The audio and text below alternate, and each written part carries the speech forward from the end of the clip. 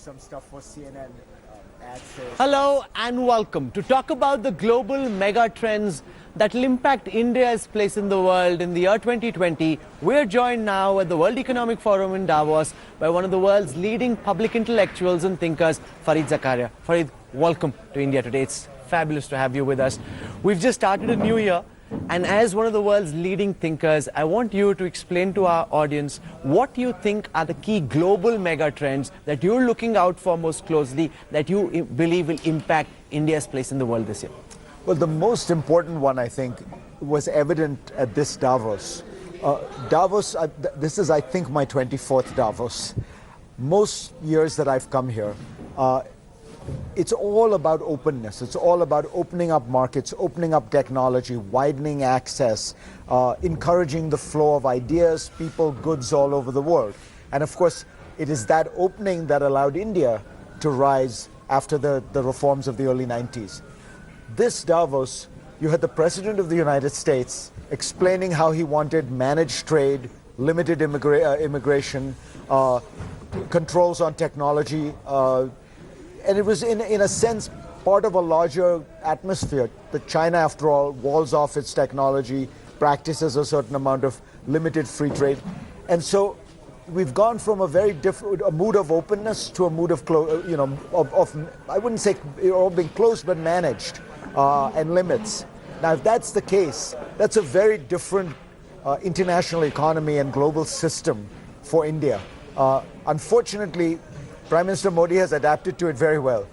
2 years ago, Modi came to Davos, and if you watch his speech, it was basically a critique of Donald Trump. It was saying too many nations are turning inward, globalization is shrinking, in fact, we need more trade, more openness. Since then, of course, India has become the world champion of protectionism. The US Trade Department pointed out that India now has the highest tariff barriers of any country in the world. So it feels to me this is a very dangerous path for India to be on. Look, the United States can flirt with protectionism. China can flirt with protectionism because they're actually much more open than the Indian economy is. India needs openness. It needs foreign investment. It needs the competition to be able to really be world class. And if India starts closing itself off in a world that's closing itself off, it's not good for India. Here at the World Economic Forum, Fareed, you've had an opportunity to speak to world leaders, thinkers from across the world. How do you see them perceive India, and what's changing between earlier and now? Disappointment. I would say the biggest, particularly with US elites. Look, Americans want to like India. They want to like India because they like the idea of India. An open, liberal, secular democracy compared with China, but even on its own terms.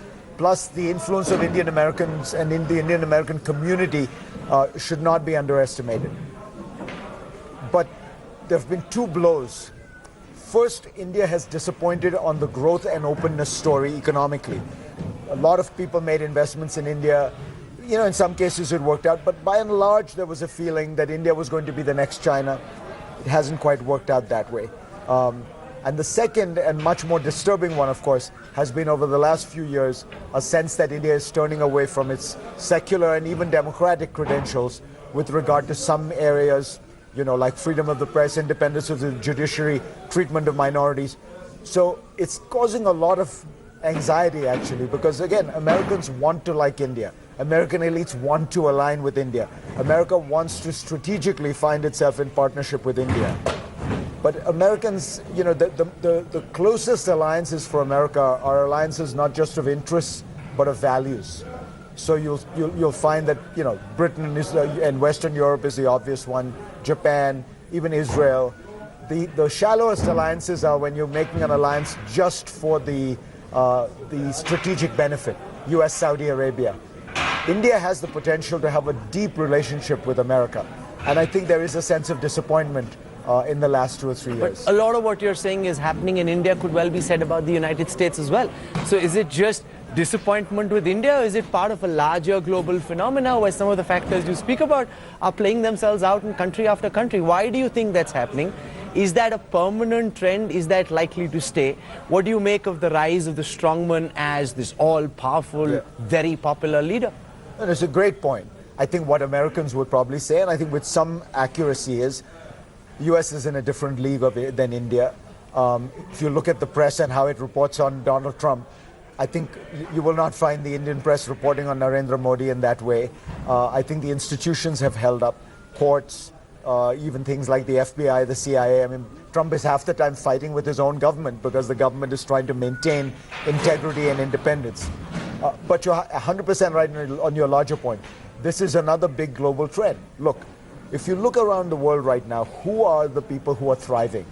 Putin, Xi, Erdogan, Modi, Trump. These are people who are nationalists and populists. In other words, they've figured out a way to appeal to the mass, a certain mass population, but also present themselves as people who say it's a big bad world out there. I know how to take care of the nation. Don't trust in these. No one's going to look out for you and for our country. I am. It's a compelling message because I think people feel we are living in an age of anxiety. Because even though there's an enormous amount of progress, there's a lot of churn, there's a lot of change. You know, think about, I chaired a panel on gender equality.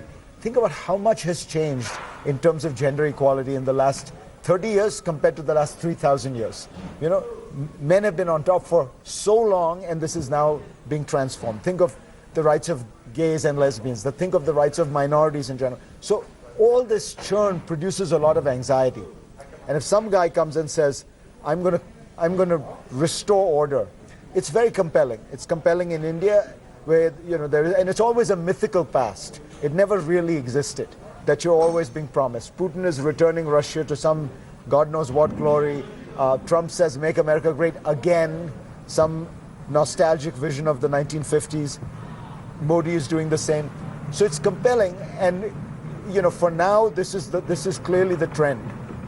The danger, I think, for a place like India is the democratic institutions are not quite as strong as in the West.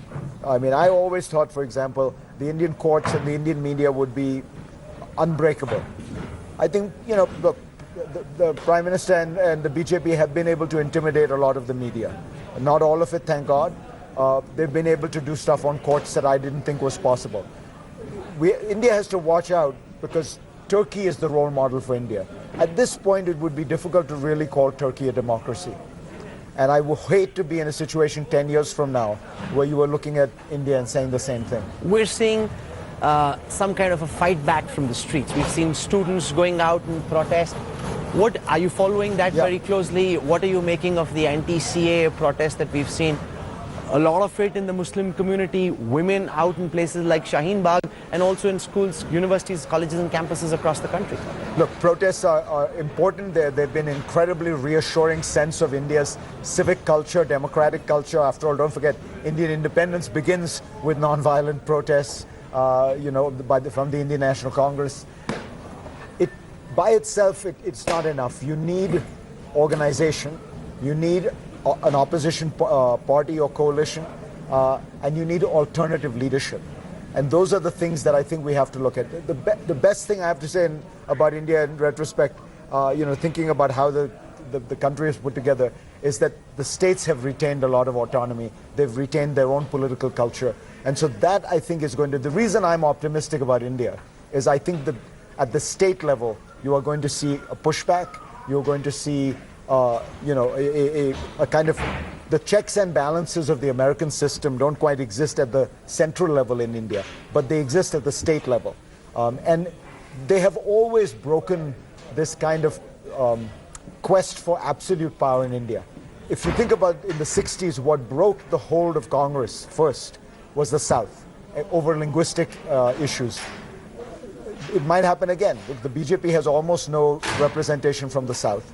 And so if that becomes a form of the check, maybe that's good. But it's important that it then be translated into a programmatic oppositional response that is pro-democratic. You don't want the next group to come in and say, now we get to pack the courts with our judges. Now we get to intimidate the media and withhold advertising, so they'll be favorable to us. That isn't the right answer. So that's why I say leadership is very important. A culture of democracy, a culture of openness has to be at the heart of this opposition. You said American elites are disappointed, but that doesn't seem to be impacting relations between President Trump and Prime Minister Modi. We had Prime Minister Modi at the Howdy Modi event with Donald Trump walking around, and that was quite something. Donald Trump later saying he hadn't seen something like that. Now we're hearing that Donald Trump will be coming to India next month. So what are you making of the American president's visit to India? How do you think that's likely to go? And the fact that Prime Minister Modi, according to the latest India Today Mood of the Nation poll, still remains hugely popular. We just put that poll out this week. His party would still get very close to a majority. Yeah. Look, at a strategic level, as I've always said to you, Rahul, we've talked about this before. US wants India as a partner, as an ally. India has been the reluctant bride.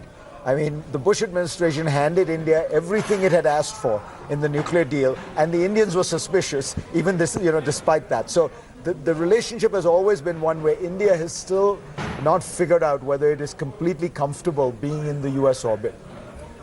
Modi, I think, is more willing, but BJP has its own concerns about foreign domination in industry, economy, culture, in all those areas. So that remains.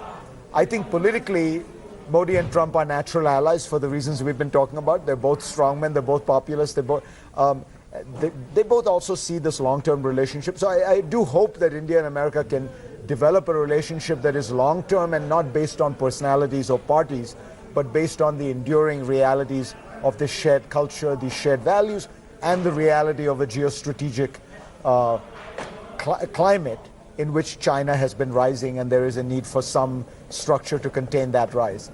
So I think it'll all be fine, but I don't think it changes the fact that you don't have, at that broader societal level, societal elites, business elites, intellectual elites are somewhat disappointed with India. How do you see the American election this year? The process of impeaching Donald Trump is underway.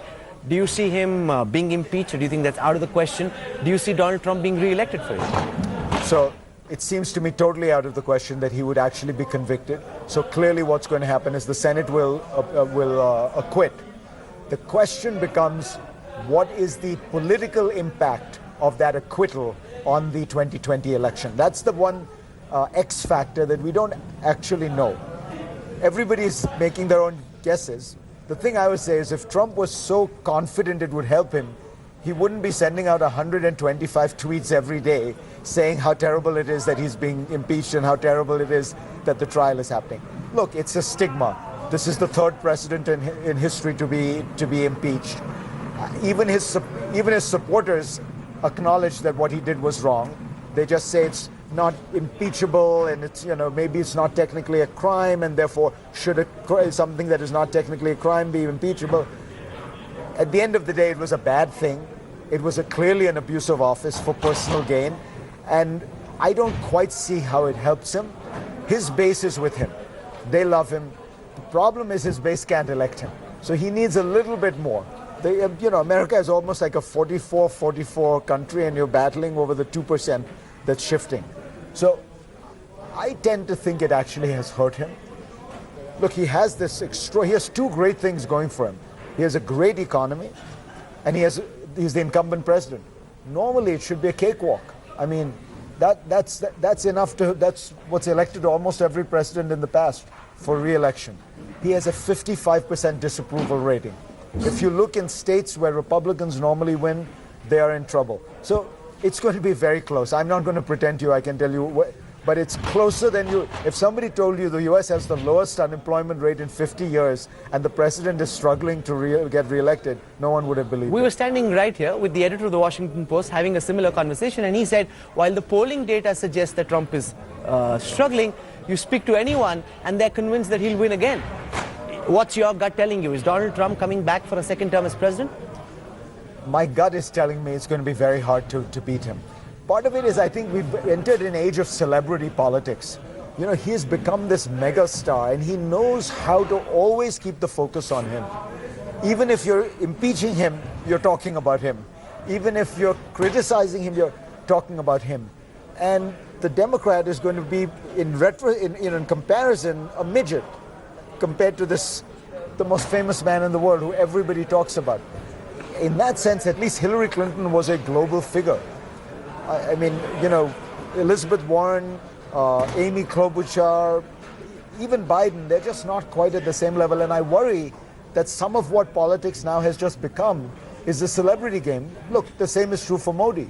You know, that ability to make yourself this kind of, we're in an age of superhero movies. Maybe we're also in an age of superhero politics, where the key is to pump yourself up into this kind of larger-than-life figure, and then you're just towering over everyone else. So you've spoken of the superhero incumbent. I'm very curious to know from you what you believe is the counter to that, because we saw, even in the United Kingdom, the opposition completely decimated by Boris Johnson.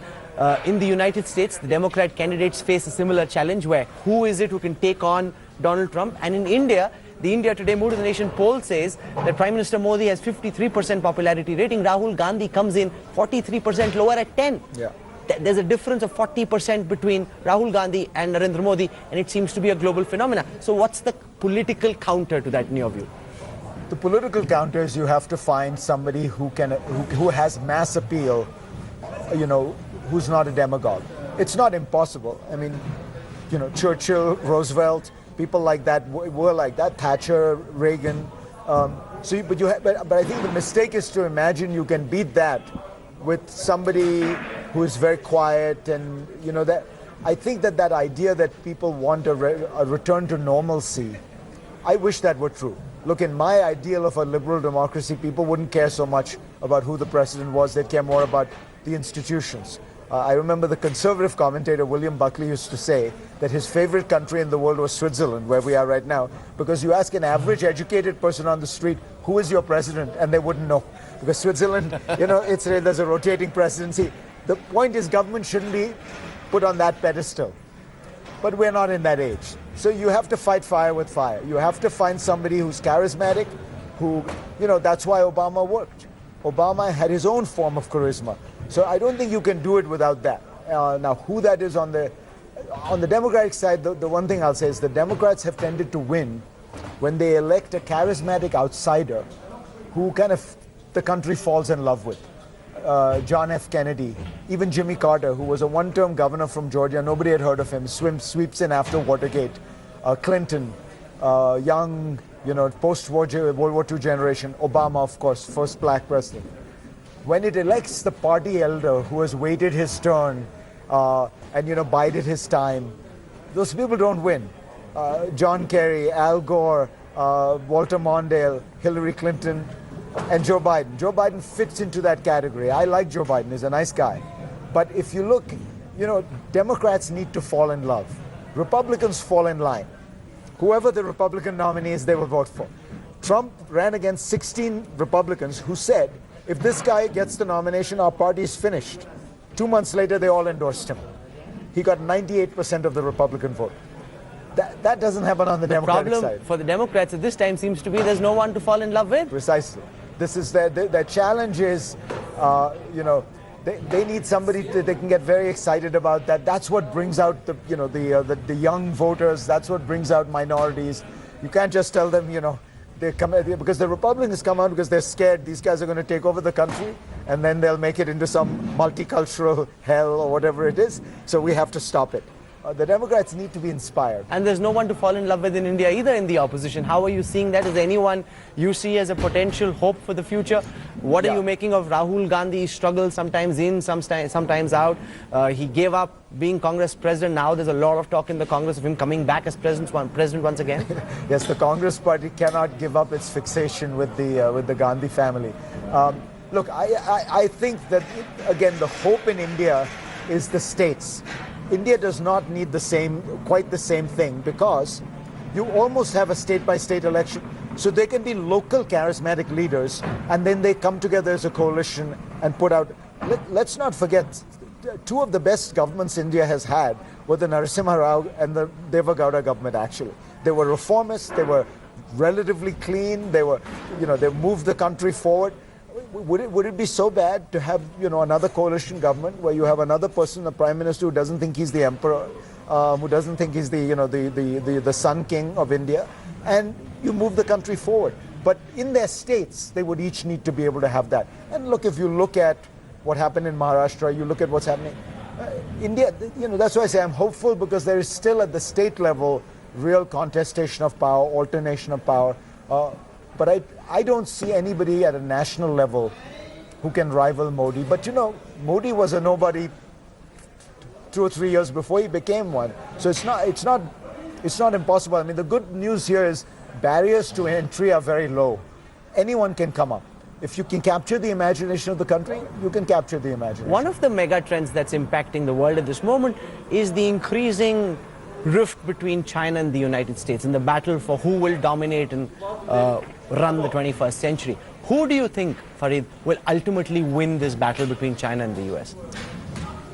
Look, the biggest mistake people have made over the 20th century is to underestimate the United States. If you think about it, in the 20s and 30s, the fascists underestimated America. In the 50s and 60s, the communists underestimated America. And after the Cold War, lots of people said, oh, it's going to be Japan's century. US has incredible staying power because it is very, very broad, vital, dynamic, vibrant. The forces that keep it so, I think, are basically still intact. Where as long as we keep immigration and openness going, which even though Trump is trying to tinker at, it's more at the margins. But China is a very substantial, it's the first true peer competitor the US has had. Because the Soviet Union was never really an economic or technological peer. So you have a real competition for the first time, and two very different systems. The biggest area it's going to come out on is technology, not trade. Trade, there'll be a way to manage it, to come up with these kind of trade deals. It's not great for global trade because it's all bilateral. But technology, we are entering a bipolar world of technology. There is going to be an American/Western ecosystem. There is going to be a Chinese ecosystem. And for India, the fundamental choice will be, which way do you go? Every country is going to try to do it a la carte. Every country is going to say, in Asia particularly, a lot of countries are going to say, we want to be with China economically, but we want to be with America politically, diplomatically. But they won't be given that choice. The choice will be, do you go with America, but then you have to go with America politically, economically, strategically, or do you go with China? Mixing and matching is going to be more difficult. But it's going to be very complicated. Look, I can tell you the Germans are not sure they're going to ban Huawei. The British are not sure they're going to ban Huawei. So if your closest allies are not, the US has asked 63 countries to ban Huawei, I think, or 63 or 61. Under 5 have said yes. Most of them are still waiting. They're still trying to see, can we play both sides? While this is a complication even for countries like Germany and the United Kingdom, you've got China sitting virtually on India's shoulder. So how do you see China and United States competition impacting India? Because you've got in our country Prime Minister Modi saying the 21st century will be India's century, whereas if you look technologically, financially, economically, we're not in the same league yet. Yeah, the Indians have to stop boasting about a future that has not happened. I remember Kamal Nath coming to Davos and saying, oh, China will grow old before it grows rich. We're going to overtake them. At that point, China was 2.5 times the size of the Indian economy. Today, it's 5 times the size of the Indian economy. We need to talk less and reform more. So that's the fundamental point. In a bipolar world I'm describing of technology, I think India will have no choice but to choose the US. I think it'll be very difficult, because if India chooses China, the US will, it will have very substantial security repercussions in terms of sharing of intelligence, defense cooperation, things like that. So India will then be choosing does it want to become a subsidiary state of China's ecosystem, or does it want to have some independence? India's too big, I think, to be subsidiary to China. There was a big Huawei pavilion here in the promenade at Davos, but there isn't a comparable American company. Yeah. There was a conversation around technology, telecom technology. The general sense of the experts here, the World Economic Forum, was that the United States is at least about 5 to 10 years behind Huawei when it comes to 5G technology. So you're saying pick the US, but there's nothing really in the United States to pick. Whatever advances there are in 5G actually with European companies. You're asking very good questions. It's a real problem. What I mean, that's why I said American/Western. There is basically a combination of Ericsson, Nokia, and Cisco that is a plausible alternative to Huawei. Huawei is, you're right, somewhat ahead, and more importantly, it's cheaper. So you're being told, don't take the better, cheaper technology. But I'll point out to you, there's one very, very smart guy in India who understands these trends very well, I think. Mukesh Ambani's Jio system has not a single Chinese component. That tells you something.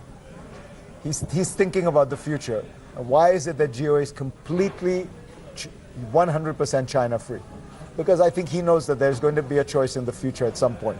And you think it's better for India to stay with the United States and not pick a cheaper technology? Because Huawei has gone to the extent of saying they'll invest in India, they're willing even to transfer technology to companies abroad, and if India negotiates hard enough, maybe to India as well. That's a big temptation, to get 5G technology without making the effort and to get it very easily because of the size of the Indian market.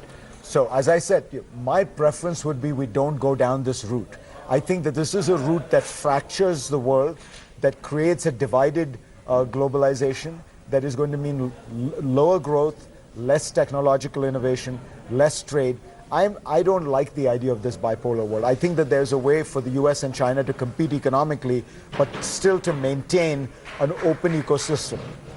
It means the US has to give some, but the Chinese also have to give. At the end of the day, Chinese companies do have a subsidiary relationship to the Chinese government that has to be talked about. But what I'm saying is, if you are forced to choose, I think, look, there's downsides to both strategies. I can't see India going down a strategy where it becomes a economic subsidiary of a greater Chinese empire. How do you see the relationship between India and China play out? Ever since the Doklam crisis, things have been reasonably calm. We've had the Chinese president come over, the Indian Prime Minister is going once again in the spirit of what was agreed upon in Wuhan. There hasn't been any major prick which festers into a wound. Do you think that's the way it can stay contained, or do you believe some kind of friction and eruption is only inevitable? China has, since 1962, wanted to make clear that they are happy to have good relations with India as long as India understands the hierarchy of that relationship. That China can invade India, China can choke India, and that therefore there are certain red lines. I think that that's fundamentally not a good long-term strategic place for India to be in. So if India is willing to accept that somewhat subsidiary status, the Chinese will be more than happy. That is the essence of Chinese foreign policy. It's not imperial domination in the classical Western sense. The Chinese have always wanted to be respected as the center of the system. You come, you pay obeisance, you kowtow, you give gifts, but they don't want to take over your territory, things like that. But they want it to be very clear what the hierarchy is. So as long as India is willing to play that game, I think, it's possible to have very good relations with China. But my gut is India, both in terms of just its size, its geography, its democratic culture, it's going to be hard to play that game.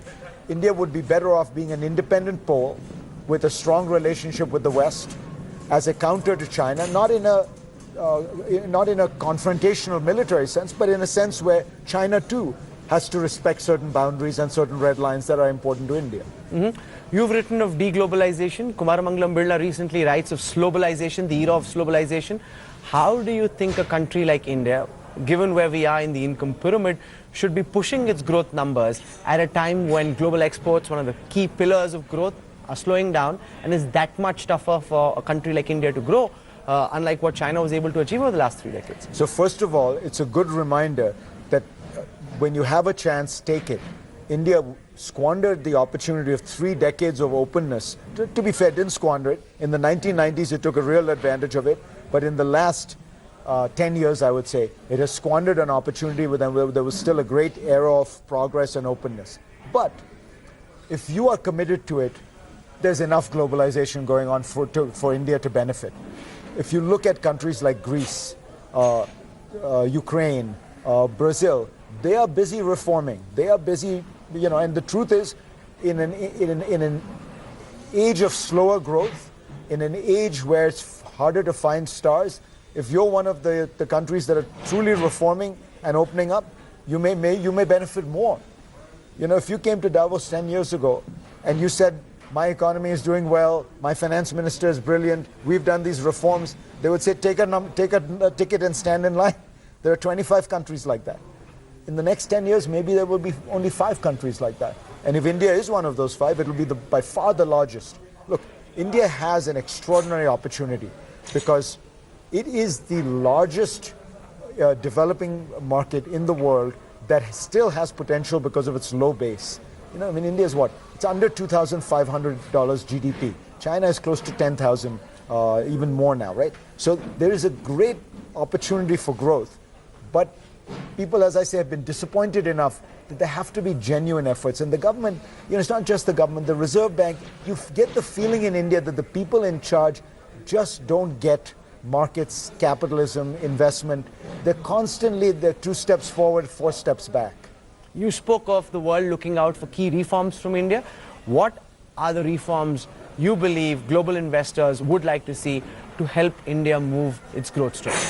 Look, it's pretty obvious what India needs to do. The problem is to have the political courage to do it. The financial system is a total mess. You look at this, look at what the markets are telling you. You have these state-owned banks that have 75% of the savings of the Indian people. And you have one private bank, HDFC Bank, which has a larger market cap than all of those state banks put together. That's telling you that people think the whole state banking sector is utterly inefficient. It is wasting the government's money, it's wasting people's money. People need to understand when the government wastes money, this is taxpayer money. It is all being squandered on this massively inefficient financial system. You have way too many state-owned companies in India, and they've waited so long, they're basically going to have to give them away. The Air India story is the perfect example.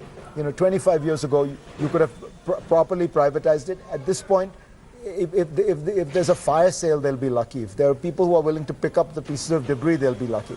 There are hundreds of companies like that you could do. They need the money. You've got to stop these subsidies that are not, inefficient. So there's so many areas where there are opportunities for it. GST was meant to be a simplification. What do you still have 7 levels of, it's maybe down to 5 now. It needs to come down to 1 or 2 at the most. It's the most complicated sales tax in the world right now. So there's so many cases where what needs to be done is obvious.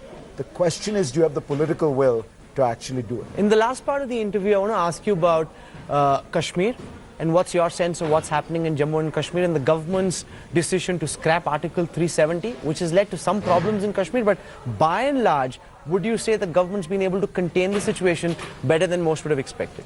Yes, I think that they have been able to contain the situation better than most have expected. Look, the situation in Kashmir is a total tragedy because the way India has handled it under Congress and non-Congress governments has not been good. For a democracy to have a part of the country that is essentially under almost continuous martial law with an almost continuous suspension of democracy and democratic rights is a terrible situation. On the other hand, when you have a Pakistan that has been fueling militancy and insurgency and violence and terrorism for decades and decades, it is an understandable reaction. I don't want to, I really do think it's important to remember it's not a good place we are. But I think many countries, many democracies, and that facing a similar situation might react in a similar way or somewhat similar way. So I think that there has to be a broader solution to Kashmir. It has to involve somehow getting the Pakistani government to realize that there is no future in constantly, trying to keep India off guard, strategic depth, whatever you want to call it, this, asymmetrical warfare. That if you could do that, and if you could simultaneously make the promise that Kashmir would be given back its democratic rights, that's a kind of win-win that theoretically makes sense. Unfortunately, it seems we're very far from that right now. Imran Khan was here at the World Economic Forum saying all kinds of nasty things about India, not in the plenary hall, but when he spoke at the IMC lunch. How much of a global risk is the relationship between India and Pakistan at this moment, given what happened post the terror attack in India and the Balakot airstrikes? How does the world perceive the relationship between India and Pakistan at this moment? No, I think it's fundamentally stable. Look, my view has always been, in the Indian and Pakistani case, by and large, nuclear deterrence works. If you put it very simply, when India and Pakistan went independent, they fought a war roughly every 10 years until they got nuclear weapons, and they've never fought a war since then. It shows you that when the stakes get high, people get cautious. Unfortunately, what it's meant is that Pakistan in particular has used these non-direct military tactics, the jihadis, the militants, things like that. India then, as a result, clamps down more and more on Kashmir. That's this ugly dynamic, but it's essentially a bilateral dynamic. It has almost no spillover.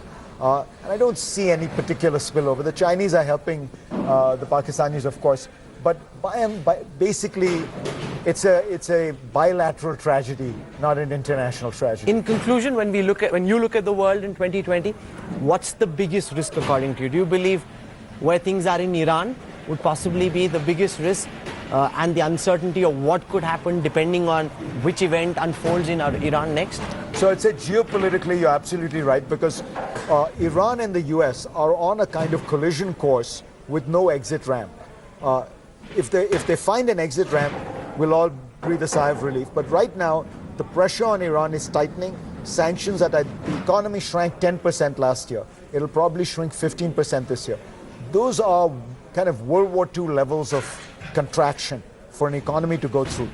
The Soviet economy contracted, the Russian economy in the 90s contracted about 35%. So this is huge body blow to the Iranian. A lot of options, so they're cornered. They could lash out in various ways, and then the US will react. Right? So that's, to me, the biggest geopolitical danger. The biggest geoeconomic danger, it seems to me, is we have gone through a remarkably benign 8 or 9 years, right? I mean, US has done fantastically. US markets have tripled in size. Last year, 62 central banks, I think, lowered interest rates or eased money. After 2020, after Trump and the Democrat election, whatever happens, I have a feeling we will enter a new world economically. It will be a world of slower growth, but when that happens, sometimes it doesn't happen, slowly, incrementally, in a planned way. There could be some kind of a shock to the system. Whenever things look so smooth, you always have to remind yourself, about every 10 years, there is usually some economic blow-up, crisis, major recession. We're due for one. This has been just such a fascinating conversation. You've given everyone so much to think about. Fareed Zakaria, thank you for living up to billing of being one of the greatest thinkers. It's been a very, very interesting conversation. Wish you all the best. Thank you for joining us. My pleasure, Rahul. Thanks. Thank you.